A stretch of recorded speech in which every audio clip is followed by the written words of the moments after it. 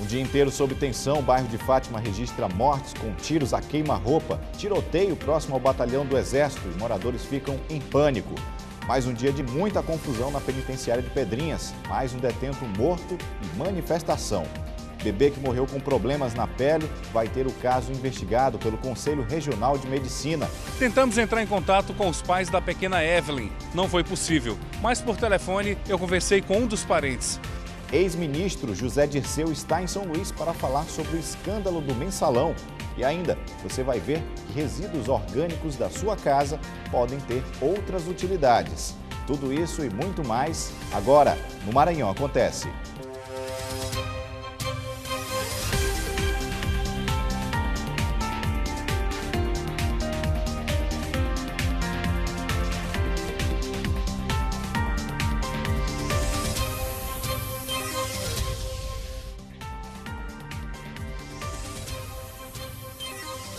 Olá, boa noite. A nossa edição de hoje do Maranhão Acontece traz a informação que na tarde aconteceu, a tarde de hoje, uma mulher identificada como Elcione Pereira Costa teria se atirado da ponte José Sarney. A mulher sofre de esquizofrenia e já é a segunda vez que realiza o feito. Os bombeiros estiveram no local, fizeram todo o procedimento de resgate e levaram a vítima até o hospital para que fosse medicada e até o momento ela passa bem.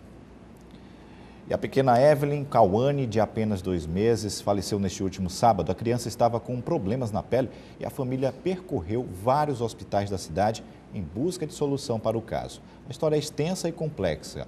Familiares suspeitam de erro médico. A pequena Evelyn Cauane, de 2 meses, faleceu na manhã do último sábado no Hospital Universitário Materno-Infantil. No velório, muita dor e comoção. Não é porque ela morreu que a gente vai parar a luta dela, não. Muito pelo contrário, isso vai dar mais força ainda para a gente continuar. E os culpados vão pagar, eu te garanto que vão. Uma morte ainda cercada de mistérios. O primeiro atendimento do bebê foi na unidade mista do Maiobão. Aqui aconteceram 3 internações da criança, em 9 de fevereiro, 12 de março e 10 de abril. Ela foi atendida por uma pediatra e por um dermatologista. No receituário, tratamento à base de Benzevit. A direção da unidade se manifestou depois da morte do bebê. Descartou qualquer possibilidade de erro médico ou negligência. Disse que fora da unidade pode ter ocorrido reação adversa na criança ou mesmo dose exagerada do medicamento. Já apresentando rachaduras na pele, o bebê foi levado para o Hospital da Criança na Alemanha, no domingo, 14 de abril. Os familiares denunciam que houve atraso no atendimento. Dizem que a criança foi internada, mas ficou no corredor, em cima de uma pedra de mármore, correndo risco de contrair infecção. A família teve que levar travesseiro e lençol, porque o hospital não os tinha. Na quarta-feira, 17 de abril, a mãe solicitou a transferência da criança para o Hospital Juvencio Matos. Aqui, ela foi internada e medicada. Tentamos entrar em contato com os pais da pequena Evelyn. Não foi possível, mas por telefone eu conversei com um dos parentes. Ela me informou que uma médica aqui do Hospital Juvencio Matos, que administrava um tratamento, disse que alguns procedimentos deveriam ser observados. Uma das orientações é que o bebê fosse isolado para evitar contaminação. A criança foi transferida para o Hospital Universitário Materno-Infantil, onde faleceu na manhã de sábado. A família deve fazer denúncia sobre o caso no Ministério Público. A assessoria da Secretaria de Saúde do Estado enviou nota em que diz que o secretário Ricardo Murá encaminhou correspondência ao Conselho Regional de Medicina para abrir sindicância e averiguar os fatos em relação à morte do bebê. E nossa edição mostra agora os acontecimentos no bairro de Fátima. Logo na manhã de hoje, uma pessoa identificada como Luiz Gustavo Pinto de Souza foi assassinado com 12 tiros na feira do bairro. Durante a tarde, a situação continuou tensa e o bairro ficou tomado por bandidos e traficantes, trocando tiros com policiais e mais uma pessoa morreu. A perseguição terminou 5 horas depois que a Polícia Civil, com a ajuda dos soldados do Exército Brasileiro, localizaram na área do 24º Batalhão de Caçadores os 4 suspeitos do assassinato de Luiz Gustavo Pinto Souza, ocorrido na manhã desta segunda, na feira do bairro de Fátima. Hoje pela manhã eles vitimaram o Luiz Augusto Pinto Souza, aqui no bairro de Fátima. E a gente teve uma imediata informação da casa que eles estariam, que não seria muito longe daqui. A gente até chegou aí até a residência, só que eles na verdade estavam já no mato. Durante a ação foram presos Reinaldo Costa Araújo, o Chocolate, Gricleiton Lima Costa, o Pinóquio, Janilson Pereira Ramos, o Lombra e Ronaldo Carvalho, o Neguinho. Com o grupo, a polícia encontrou um colete à prova de bala, um revólver 38 cano longo, uma pistola 380, munição e uma arma branca. Segundo o delegado André Groissan, um acerto de contas seria o motivo do assassinato, pois os 4 suspeitos e a vítima eram envolvidos com o tráfico. O delegado também falou sobre a audácia dos bandidos. No desespero, pularam para dentro do muro do Exército. Aí, para nós, iniciou-se uma grande operação. A DEIC, participando juntamente com a Polícia Militar, ajudou muito o GTA, com o helicóptero também. E, principalmente, o Exército Brasileiro, ali no 24BC, colocou um grande número de soldados na mata, que é uma mata fechada, muita água, muita lama, e começou-se a fazer a varredura. Cercamos o Exército todo, ficamos na Avenida dos Africanos, no outro lado que dá para o Coroado, o helicóptero sobrevoando, o pessoal do Exército fazendo pente fino, até que agora à tarde, por volta de 3 horas mais ou menos, a gente obteve êxito. O pessoal do Exército teve contato com eles, ainda no mato, água até o joelho, conseguiram efetuar a prisão dos 4, porém só deu para recuperar 2 armas de fogo. As outras supostas 2 eles dispensaram, como se diz na gíria, ali no mato e no brejo, e a gente não conseguiu localizar. E a gente conseguiu apreender, junto com os homens do Exército Brasileiro, apreendemos uma pistola calibre 380, que, segundo o pessoal do homicídios, talvez tenha sido utilizada no delito hoje pela manhã. Um revólver calibre 38 TA, que é o cano longo, também é um revólver muito potente, por assim dizer. Eles foram presos, conduzidos aqui para a DEIC, o flagrante vai ser iniciado. Formação de quadrilha, por posse ilegal de arma de fogo, e também a questão do homicídio também vai ser levantada no flagrante. E uma decisão dos desembargadores do Tribunal de Justiça confirmaram uma liminar que determinava que o Estado fornecesse o remédio Riluzol a um funcionário público com esclerose lateral amiotrófica, uma doença degenerativa. O Estado já vinha cumprindo a decisão, porém em dezembro e janeiro de 2012 houve a suspensão do medicamento, que custa R$ 1.870, o que levou o caso à Justiça. A Secretaria de Saúde do Estado ainda não emitiu nenhum posicionamento sobre este caso. E veja a seguir a movimentação na Câmara Municipal e no nosso bloco de política, uma entrevista exclusiva com o senador Edson Lobão Filho. Nós voltamos em instantes.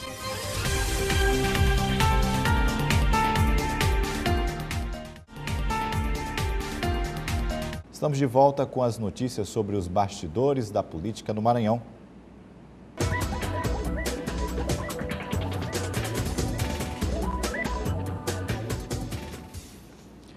O ex-ministro-chefe da Casa Civil, José Dirceu, chegou hoje a São Luís. Pela manhã, Dirceu visitou a governadora Rosiana Sarney e o colega de partido, o vice-governador Washington Oliveira.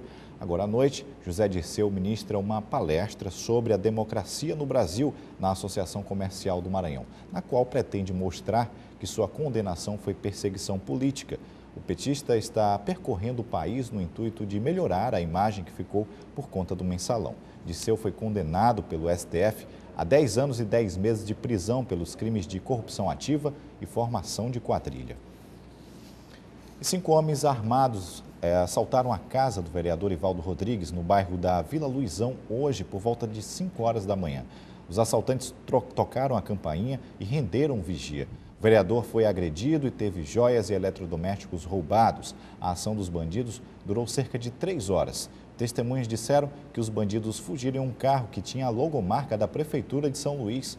A polícia ainda não tem pistas sobre o paradeiro dos assaltantes. Ivaldo Rodrigues foi o 3º vereador vítima de assalto em São Luís somente este ano. Em janeiro, Barbosa Lages teve seus pertences roubados e em março foi a vez de Josué Pinheiro.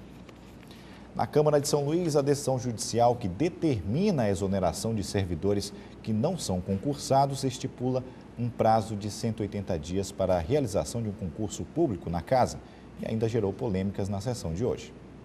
Na Câmara Municipal, a determinação da Justiça para que servidores fossem demitidos e um concurso público fosse realizado vem causando bastante polêmica. A primeira Câmara Cível do Tribunal de Justiça do Maranhão determinou que no prazo de 180 dias, servidores do Legislativo Municipal que não ingressaram por meio de concurso público e que não são efetivos sejam demitidos.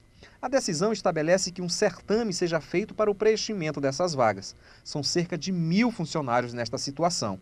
Por meio da assessoria de comunicação, o presidente da casa, vereador Isaías Pereirinha, comunicou à nossa reportagem que iria falar sobre o assunto. Mas em seguida declarou que ainda não havia sido notificado e que só falaria sobre a decisão quando recebeu o comunicado oficial.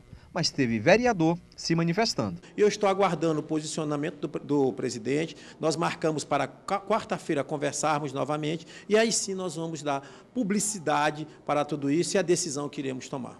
A quantidade de servidores da Câmara já foi descrita pela Procuradora de Contas do Tribunal de Contas do Estado, Flávia Gonzalez, como uma caixa preta. A frase de efeito ganha força porque até mesmo os parlamentares não sabem quantos são os servidores da casa. No mês passado, o vereador Marquinhos protocolou requerimento solicitando informações sobre os servidores da casa, mas até agora não recebeu a resposta. Fizemos um requerimento aqui para casa, para a mesa diretora da Câmara, né, nos informando a quantidade de contratados que tem aqui na casa, quantos carros comissionados, quem são, o valor que ganha, onde está, se está aqui. E aí esse requerimento ele está tramitando, aqui ainda está tramitando na casa, nós estamos esperando ele vir para a pauta, para ser aprovado, e aí para a gente poder entrar nessa discussão. Eu cheguei a conversar com alguns funcionários aqui da casa, ninguém quis gravar entrevista, mas demonstraram certa preocupação, mas também esperançosos de que o presidente da casa tome alguma ação e que eles permaneçam no cargo. Eu volto com você. Obrigado, Joelson. E no quadro de entrevistas de hoje, nossa equipe conversou com exclusividade com o senador Edson Lobão Filho. Entre os assuntos, Edinho Lobão falou sobre a sua eleição para a Comissão de Orçamento, sobre a refinaria Prêmio e as possibilidades de seu pai, o ministro Edson Lobão, ser o candidato do Grupo Sarney para disputar o cargo de governador nas eleições de 2014. Eu tenho certeza que oportunidades surgirão de trazermos, claro, recursos adicionais ao nosso Estado e eu não vou deixar passar oportunidades que apareçam em defesa do Maranhão. Então, no que eu puder fazer para trazer mais recursos para o Estado, até para poder igualar com a abundância de recursos que outros estados possuem, eu certamente o farei com vigor, com força e com energia. A refinaria, que é fruto de um sonho de um político e que virou realidade graças à união de uma força política do nosso Estado, ela é uma realidade, não tem mais escapatória. Não há a possibilidade da refinaria minguar ou deixar de ser feita. Ela é uma necessidade para o país, é um objeto de estratégia pública para diminuir o déficit na nossa balança comercial. Hoje o Brasil importa gasolina e óleo diesel, que é um absurdo, e a nossa produção de petróleo será cada vez maior. Nós temos o advento aí do pré-sal, que irá aumentar absurdamente a produção de petróleo, e não há ninguém de imaginar que o Brasil queira exportar petróleo em vez de exportar óleo diesel e gasolina. A possibilidade é zero de que ela não seja construída, zero. Pode não ser construída na velocidade que todos nós desejamos ou que todos nós idealizamos, mas ela será construída com certeza e será para muito breve, porque o problema é atual. Nós iremos dobrar praticamente nossa produção até 2015, 2016 de petróleo. Dobrar, hoje é 2 milhões de barris, 2 milhões e pouco, nós vamos para quase 3 milhões e 900 mil barris. Essa já é a meta estabelecida pela Petrobras. E em acontecendo isso, como é que fica? O que nós vamos fazer com esse petróleo todo? Nós vamos ter que processá-lo ou vendê-lo in natura, o que não é interessante para o país. Fora isso, tem a problemática que eu acabei de dizer. Nós estamos hoje importando gasolina e óleo diesel. Isso não existe. Isso está gerando um problema cambial, um problema na balança comercial e gigantesco. E nós temos que acabar com este problema. Portanto, a Petrobras, por ordem da Presidente da República e até por uma estratégia empresarial, se concentrou nas duas refinarias que estavam mais atrasadas. Então, está se concentrando na do Rio de Janeiro e a de Pernambuco. Terminadas essas refinarias, vamos atacar a do Ceará e a do Maranhão. Independente disso, o ministro, que é maranhense, está buscando alternativas de financiamento externo para a refinaria do Maranhão, para que o maranhense não tenha essa frustração na questão temporal de ter a sua refinaria o mais rápido possível. Quanto às possibilidades dela vir ou não vir, isso é brincadeira. É claro que ela vem e isso é absoluta certeza. As termoelétricas, é preciso a gente analisar a termoelétrica no período de modernidade que nós temos, né? A termoelétrica de hoje não é a mesma termoelétrica de ontem. As termoelétricas atuais, com a nossa política de meio ambiente, é uma termoelétrica completamente diferente, onde os filtros para que a emissão de gases não sejam danosos para o meio ambiente são tão violentos que representam, às vezes, 20%, 30% do custo da termoelétrica, coisa que no passado ninguém se preocupava com isso. Então, hoje nós temos aí termoelétricas a carvão aqui no Maranhão, que é do AIC, perto do Porto, e temos termoelétricas a gás, aproveitando o manancial imenso de gás que nós descobrimos aqui no Maranhão. Então, isso tudo fruto do trabalho do ministro Lobão, que autorizou pesquisa, autorizou leilão de blocos dentro do nosso estado, para que a gente pudesse ter uma nova vocação econômica dentro do Maranhão, a vocação de petróleo e gás, para a gente transformar o Maranhão, botar ele num novo patamar. Então, dentro de 4 anos, o ministro Lobão conseguiu criar um programa Luz para Todos no Brasil todo, conseguiu trazer para o Maranhão uma vocação que nunca ninguém imaginou de petróleo e gás para dentro do Maranhão e dessa forma descobrir uma das maiores reservas de gás da América Latina, que está aqui nas nossas terras. E isso, é óbvio, gerou aí a possibilidade do empreendedor fazer algumas termoelétricas grandes a gás. A termoelétrica a gás é muito melhor do que a termoelétrica a diesel. Tem uma energia mais barata, é menos poluente e tudo mais. Então eu acho que são empreendimentos importantes para o Estado, sim. Eles geram estabilidade na atenção de energia do nosso Estado, trazendo a possibilidade de indústrias grandes poderem vir para o nosso Estado. Então a gente vai criando com isso condições e criando um Estado moderno para receber qualquer tipo de empreendimento. Ele está estudando, mas ele tem o carinho da bancada inteira, tem o desejo de toda a bancada de que ele seja, todos torcem para que ele seja, a população toda, nossos amigos, as pessoas que o conhecem, que sempre votaram nele, todo mundo torce para que ele seja. Eu espero que Deus faça com que ele tome a decisão correta na vida dele, tanto para o nosso Estado quanto para ele próprio. Ele ainda não decidiu, mas o povo será o primeiro a saber. E hoje nós estamos... Eu acho que é um ato de covardia muito grande você se recusar a recebê-lo. Eu acho que se eu fosse governador e ele vindo pelo PT, eu o receberia. Não vejo por que não recebê-lo. Isso não quer dizer que você vai apoiá-lo ou concordar com as ideias dele. Absolutamente. Você não... O fato de você recebê-lo não quer dizer que você concorda com ele ou que você o apoia. Meu pai faz parte do governo do PT. Meu pai é ministro de uma presidenta do PT. E meu pai tem uma ligação umbilical com o presidente Lula, que é um master dentro do PT. Meu pai tem uma amizade muito forte, muito grande pelo Lula. E um respeito e uma admiração da presidenta Dilma com ele e dele com ela. Eu acho que isso tudo mostra que meu pai pode ser até, talvez, vamos fazer uma brincadeira, mais petista do que muitos petistas. Né? E os comentários sobre a política maranhense são do jornalista Raimundo Borges. Boa noite, Borges. Boa noite, Hugo. Vamos começar pelo final da entrevista do senador Lobão Filho, né? Ele, bastante animado, risonho até, tratou da sucessão estadual relacionado ao nome do pai dele, o senador Edson Lobão, que vem sendo colocado como candidato do Grupo Sarney, mas ele pessoalmente nunca assumiu essa candidatura e muito menos a governadora Rosiana Sarney fez a mesma coisa, o que vem fazendo com o seu secretário de Infraestrutura, Luiz Fernando Silva. Rosiana está percorrendo o interior de ponta a ponta, com o governo itinerante. A cada semana ela vai em determinadas regiões, dialogar com prefeitos, lideranças municipais e a população anunciando obras e também fazendo o que todo mundo já sabe, projetar o nome do secretário perante essa mesma população que ela visita. O secretário é Luiz Fernando e o senador Edson Lobão, do mesmo grupo, do mesmo partido, do PMDB.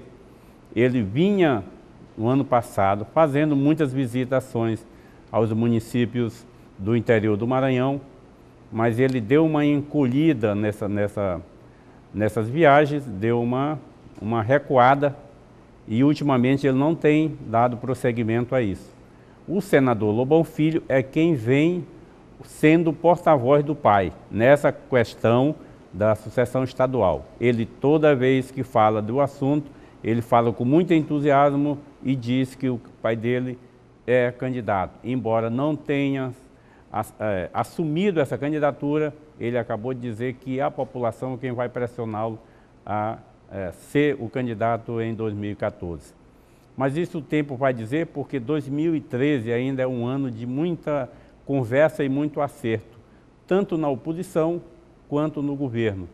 A gente não sabe até quando essas conversações vão continuar, porque o ano todo promete que ninguém vai assumir. Rosiana, nem o único candidato realmente que está definido é o candidato da oposição ao Grupo Sarney, que é o senhor Flávio Dino. Esse aí, desde 2006, quando ele disputou a primeira eleição de deputado federal, ele já saiu com essa intenção de disputar o governo e vem fazendo isso e vai fazer também no próximo ano, em 2014. Boa noite, Hugo. Obrigado, Borges. Boa noite. Veja daqui a pouco, audiência pública com deputados estaduais e movimento grevista de professores estudam estratégias de negociações com o governo. Os detalhes você confere em instantes.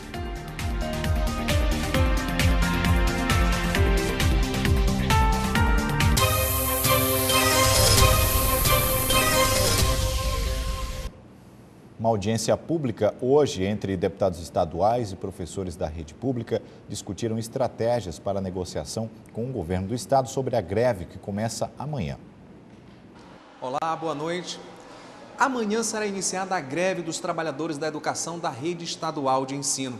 A falta da aprovação do Estatuto do Educador foi fundamental para que a paralisação fosse deflagrada. Acompanhe a matéria. Desde o fim do ano passado, a Assembleia aguarda o Estatuto do Educador para que fosse votado pelo plenário da Casa Legislativa. Mas isso ainda não aconteceu. O deputado Rubens Júnior lembra que sempre levantou a possibilidade de greve, caso o Estatuto não fosse aprovado. Agora surgem rumores de que estão enviando o Estatuto, mas não o que foi discutido e debatido durante todo este tempo. Pelo atraso e por esse risco de alteração no que foi discutido, é que se convocou essa audiência pública pela Comissão de Administração, o presidente Otelino Neto, para podermos debater juntos, na mesma mesa, deputados estaduais, Simproecema, que é o sindicato, e também representantes do governo do estado, para tentar encontrar uma forma de solucionar rapidamente esse problema. Agora, estudantes da rede estadual de ensino ficarão sem aulas. A princípio, por 3 dias, a partir desta terça-feira, pois os profissionais do estado acompanharão a greve nacional da categoria. No primeiro dia de greve, os educadores realizam manifestação em frente à sede da Assembleia Legislativa. O presidente do Simproecema disse que o governo brincou com os profissionais da educação. A manifestação dessa de contrariedade ao que eles mesmos fizeram é um desrespeito grande à educação pública e aos educadores do Maranhão, que criaram uma expectativa grande na construção desse que é um instrumento de valorização e reconhecimento dos profissionais da educação. Para que a greve fosse declarada, o sindicato alega que o descumprimento do texto do Estatuto do Educador, elaborado em parceria entre a Secretaria de Educação e os trabalhadores, foi determinante. Mas representantes da Secretaria dizem que as mudanças não alteram a essência do documento e ainda existe a expectativa que a greve tenha fim até a próxima sexta-feira. Eu acredito que hoje a gente chega a um consenso, porque eles vão ver que tudo que eles estão solicitando, esses pontos foram contemplados nessa versão final do Estatuto. Medidas socioeducativas ainda são ótimos recursos para ajudar na recuperação de detentos. Um curso de produção de alimentos está sendo oferecido na Penitenciária Feminina de São Luís, uma parceria de várias instituições. Maria já cumpriu 1 ano da pena. Ela conta que o pior é estar longe da família. Nunca mais eu vi meus filhos. A maior saudade, eu sinto dor, eu choro. Então aquilo, se aparecer algum trabalho, alguma coisa, para mim será melhor. Além disso, outra coisa ruim é passar a maior parte dos dias sem fazer nada. Segundo Maria, a ociosidade pode trazer à mente pensamentos ruins. A cabeça da gente, a mente, tem que estar sempre ocupada para que você não pense besteira, né? Mas neste curso ministrado dentro da penitenciária feminina, estas mulheres têm a oportunidade de aprender uma atividade que pode servir como fonte de renda. Noções sobre boas práticas de manipulação de alimentos, biscoitos e produção de bombons regionais. Como manusear esses alimentos para que o alimento seja oferecido para o consumidor com qualidade. Tá? Não só com quantidade, mas a qualidade do alimento é essencial, é fundamental, melhor dizendo, para que esse alimento não venha sofrer algum tipo de micro-organismo, né? São 30 apenadas em regime semiaberto participando do curso. De acordo com a secretária de Segurança Alimentar, outros serão ministrados este ano. É muito importante um curso dessa natureza, porque vai garantir a inclusão delas no mercado de trabalho. Ações de reinserção e qualificação profissional para presos, internos e egressos no Sistema Penitenciário Nacional é direito previsto na Lei 7.210, de 11 de julho de 1984. E ainda falando sobre os presídios, a situação na ala masculina nem sempre é tranquila. Aliás, nos últimos dias, fugas audaciosas foram impedidas. Na madrugada de domingo, um detento identificado como Paulo Sérgio Nascimento foi morto com várias chuçadas e o corpo permaneceu horas na cela até que fosse removido ao IML. E hoje pela manhã, um pequeno grupo de presos reclamou da falta de água no presídio. E veja a seguir, começa em São Luís o mutirão da conciliação, que vai agilizar os processos parados na Justiça Maranhense, logo após o intervalo.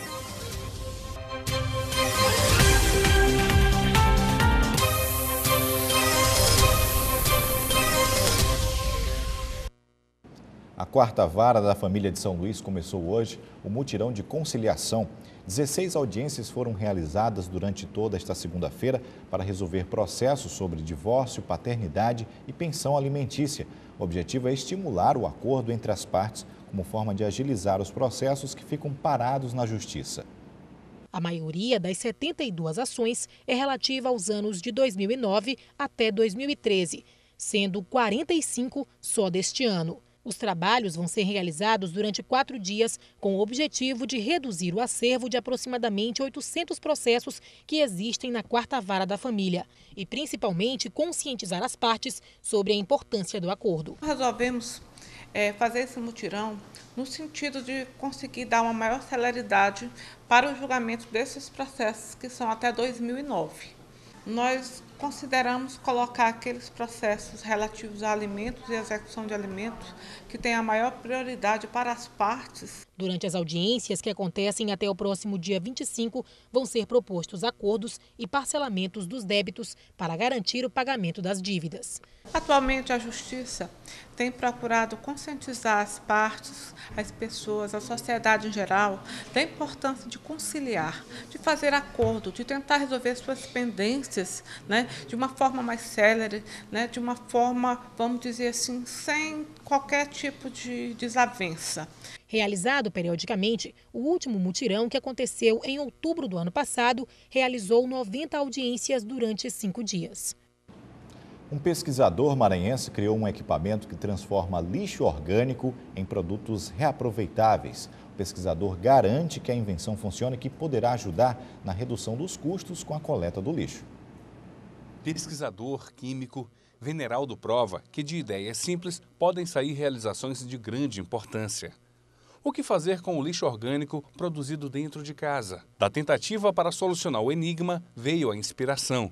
Veneraldo criou este aparelho que ele batizou com a expressão secador de resíduo orgânico doméstico.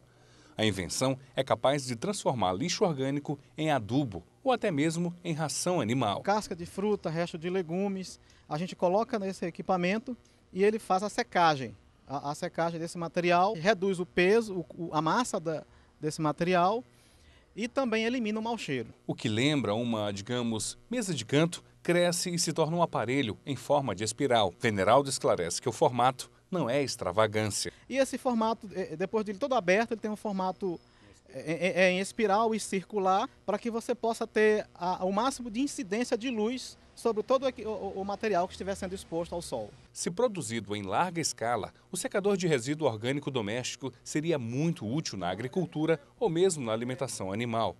Também uma solução interessante para o problema do lixo. O pesquisador e químico Veneraldo tem pretensões ousadas. A gente pretende que isso aqui chegue ao conhecimento até das autoridades do poder público municipal, que é quem é responsável pela questão do lixo. A gente está mostrando que esse equipamento ele consegue secar o lixo, reduz o peso, a massa. Com isso, vai reduzir o custo na coleta. Confira agora o que acontece amanhã.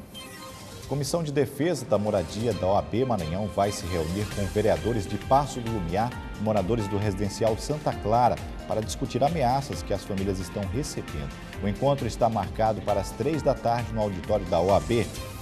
Amanhã vai ser assinado um convênio entre CEMED e UFMA para a execução do projeto ABC Nefro, às 9 da manhã no auditório do Hospital Universitário Presidente Dutra.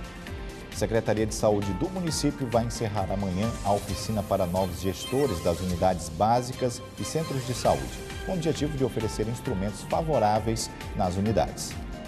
A nossa edição de hoje fica por aqui. Você fica agora com Ana Tereza e o Esporte Guaranews. Eu volto às 11h30 da noite com um resumo de notícias do dia. Boa noite e até lá.